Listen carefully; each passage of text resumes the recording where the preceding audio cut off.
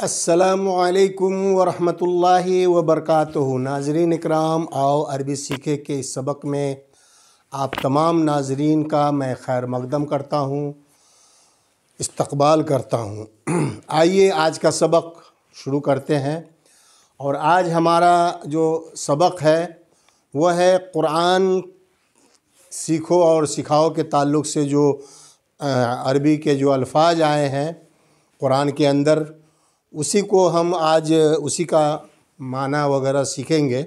اسی کے معنی کے اوپر آج ہم بات کریں گے، لفظی معنی اور اس کا پورا خلاصہ بھی ہم سمجھیں گے۔ جو قرآن سیکھو اور سکھانے کی جو بات ہو رہی ہے، اور ہم جو یہ ویڈیو بنا رہے ہیں اس میں ہم قرآن سیکھ رہے ہیں، قرآن کو پڑھنا سیکھ رہے ہیں اور اس کے معنی وغیرہ کے بارے میں ہم لوگ سیکھ رہے ہیں۔ تو آئیے شروع کرتے ہیں۔ اور ہمارا پہلا جو الفاظ ہے وَلَقَدْ۔ وَلَقَدْ کا مطلب ہوتا ہے اور البتہ تحقیق ہے۔ واو کا مطلب ہوتا ہے اور لا کا مطلب ہوتا ہے البتہ، اور قد کا مطلب ہوتا ہے تحقیق۔ لا یعنی البتہ، جس کو ہم انگلش میں انڈیڈ بولتے ہیں، تو اور قد جو ہے تحقیق، یعنی آلریڈی جو کام ہو جاتا ہے، جو ہو جاتا ہے، اس کو ہم قد کے لیے استعمال کرتے ہیں عربی میں۔ عربی میں جہاں بھی قد کا استعمال ہوا ہے یعنی اس کا مطلب کہ وہ ہو چکا۔ جیسے ہم نماز شروع کرنے سے پہلے اقامت بولتے ہیں اور وہاں پر بولتے ہیں قد قامت الصلاۃ، یعنی نماز کھڑی ہو چکی۔ تو یہ قد جو ہے اسی قد ہے جہاں پہ بھی قرآن میں قد کا لفظ آیا ہے، تو اس کا مطلب ہے تحقیق۔ تحقیق یعنی وہ کام جو ہو چکا ہے اس کے بارے میں وہ قد بتاتا ہے، یعنی وہ کام ہو چکا ہے۔ تو وہ لقد اور البتہ تحقیق، یسرنا یعنی یسر جو ہے آسان کے لیے ہوتا ہے، اور نا جو ہے ہم نے کے لیے استعمال ہوتا ہے۔ یسرنا یعنی ہم نے آسان کیا۔ یسر جو عربی میں یسر استعمال ہوتا ہے آسانی کے لیے، اور عسر جو استعمال ہوتا ہے وہ مشکل کے لیے۔ تو یسر یعنی آسانی اور عسر جو ہے وہ مشکل کے لیے استعمال ہوتا ہے۔ تو یہاں پہ جو ہے یسر ہے، یسر کا مطلب ہوتا ہے آسان۔ یسرنا یعنی ہم نے آسان کیا القرآن، یعنی قرآن کو۔ قرآن جو ہے، قرآن جو اللہ تعالیٰ کی جو کتاب ہے قرآن، اس کا لفظی معنی اگر دیکھا جائے لغت سے تو اس کا مطلب ہوتا ہے بہت زیادہ پڑھی جانے والی کتاب، بہت زیادہ پڑھنے والی کتاب، اور بہت زیادہ پڑھی جانے والی کتاب، اور یہ قرآن کا مطلب ہے۔ تو ہم نے یسرنا یعنی ہم نے آسان کیا القرآن یعنی قرآن کو، للذکر، لی کا مطلب ہوتا ہے لیے، اور ذکر کا مطلب ہوتا ہے یاد کرنے کے لیے اور اس کو سمجھنے کے لیے۔ جو ہم بات کو سمجھ جائیں آسان ہے، اس کے لیے للذکری یعنی ذکر کے لیے، سمجھنے کے لیے ہم نے وَلَقَدْ يَسَّرْنَا الْقُرْآنَ لِلذِّكْرِ، اور تحقیق ہم نے نصیحت کے لیے، اس قرآن کو اللہ تبارک و تعالیٰ نے نصیحت کے لیے کیا کیا ہے؟ آسان کر دیا ہے، یسرنا کر دیا ہے، آسان کر دیا ہے۔ تو قرآن جو ہے سمجھنے کے لیے، پڑھنے کے لیے اور اس کو یاد کرنے کے لیے اللہ تعالیٰ نے آسان کر دیا۔ اس میں کئی معنی اس کا لیا جاتا ہے کہ نصیحت حاصل کرنے کے لیے اللہ تعالیٰ نے اس کو آسان کیا ہے، اور قرآن کو اللہ تعالیٰ نے سمجھنے کے لیے بھی آسان کیا ہوا ہے۔ اگر انسان اس کو غور فکر کرے تو وہ سمجھ جاتا ہے۔ تو اور تحقیق ہم نے نصیحت کے لیے قرآن کو آسان کر دیا ہے۔ آگے ہے خیرکم۔ خیر کا مطلب ہوتا ہے بہتر، اچھا، گڈ۔ خیر کم کا مطلب ہوتا ہے تم میں بہتر۔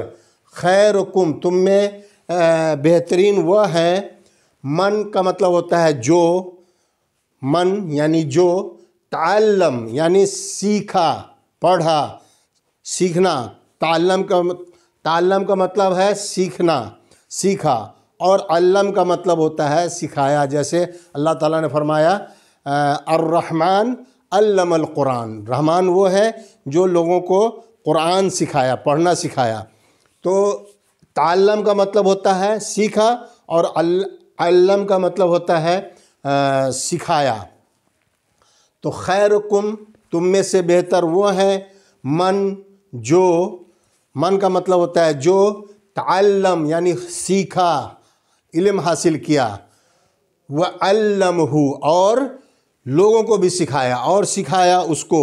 ہو کا مطلب ہوتا ہے وہ یعنی اور، علم یعنی سکھایا، سکھائے، ہو یعنی اس کو، کسی اور کو بھی سکھائے۔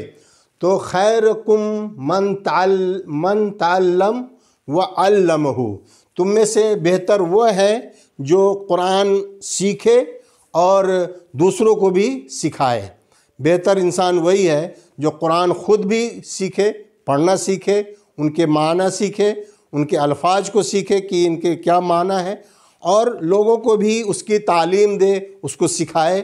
وہ بہترین ہے، تم میں سے بہترین وہ لوگ ہیں جو قرآن خود بھی سیکھتے ہیں اور لوگوں کو بھی سکھاتے ہیں۔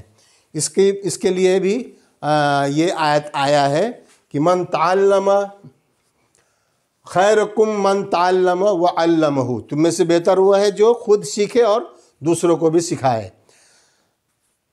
آگے ہمارا اگلا ورڈ ہے انما الاعمال۔ ان کا مطلب ہوتا ہے ان یعنی تو بس کے لیے استعمال ہوتا ہے ان، اور ان جو ہے بے شک کے لیے بھی استعمال ہوتا ہے۔ اور ان مطلب کہ جہاں پہ بھی بس یا بے شک کوئی بھی کام میں کوئی شک نہیں ہو تو اس کو ہم عربی میں وہاں پر جو الفاظ یوز ہوتا ہے وہ ان کا یوز ہوتا ہے۔ انما، ما مطلب تم میں سے بہتر، انما الاعمال، انما الاعمال، اعمال تو بس، انما الاعمال، اعمال تو بس، بالنیات، بالنیات، نیت کی جمع ہے، نیت ایک واحد ہے اور اس کا جمع ہے نیات، یعنی اعمال کا جو، اعمال کی جو دار و مدار ہے، ہم جو کام کرتے ہیں، جو ہمارا عمل ہوتا ہے وہ ہمارے نیت پہ ڈیپینڈ کرتا ہے۔ تو انما تو بس، اعمال، اعمال، بالنیات، بے معنی ہوتا ہے پر، یہاں پر بے جو ہے پر کے لیے استعمال ہوا ہے، اور نیات جو ہے وہ جمع ہے نیتوں کا، تو نیتوں پر، انما الاعمال بالنیات، اعمال کا دار و مدار، ہمارا کام کرنے کا جو بھی ہم عمل کرتے ہیں اس کا سارا دار و مدار جو ہوتا ہے وہ ہماری نیتوں پہ ہوتا ہے۔ جو ہمارا نیت ہوگا ہمارے اعمال کا بدلہ اسی کے حساب سے ہم کو ملے گا۔ جو بھی ہم اعمال کریں گے اس کا بدلہ جو ہم کو ملے گا اس کے ہماری نیتوں پہ ملے گا۔ اگر ہم دکھاوا کے لیے کرتے ہیں تو اس کا بدلہ دکھاوا کے لیے ہی ملے گا۔ تو یہاں پر اسی بات کو ذکر کیا گیا ہے، انما الاعمال بالنیات، یعنی اعمال کا دار و مدار نیت کے اوپر ہے۔ یہاں پر ان ہے، ان کا مطلب ہوتا ہے اگر، کوئی بھی اگر کے لیے اگر استعمال ہو رہا ہے تو عربی میں وہاں پر ان کا استعمال ہوگا۔ اور ان جو ہے، ان جو استعمال ہوتا ہے وہ بے شک کے لیے، بے شک، جو کام میں کسی ڈاؤٹ نہیں ہو وہ کام کے لیے جہاں پر بھی ان کا استعمال ہوتا ہے۔ تو جیسے قرآن میں اللہ تعالیٰ فرمایا ان الذین آمنوا، بے شک وہ لوگ جو ایمان لائے، ان اللہ مع الصابرین، اللہ بے شک صبر والوں کے ساتھ ہے۔ تو جہاں پر بھی یہ ان ہے وہ بے شک کے لیے استعمال ہوتا ہے، اور انما جو ہے بس کے لیے استعمال ہوتا ہے، تو بس۔ تو یہ ہے ہمارا آج کا سبق۔ انشاءاللہ ہم اس کو کنٹینیو کریں گے اگلے ویڈیو میں، اور اس کے آگے کا ہم ویڈیو اگلے ویڈیو میں اس کے آگے ہم اس کا اور مزید معلومات حاصل کریں گے۔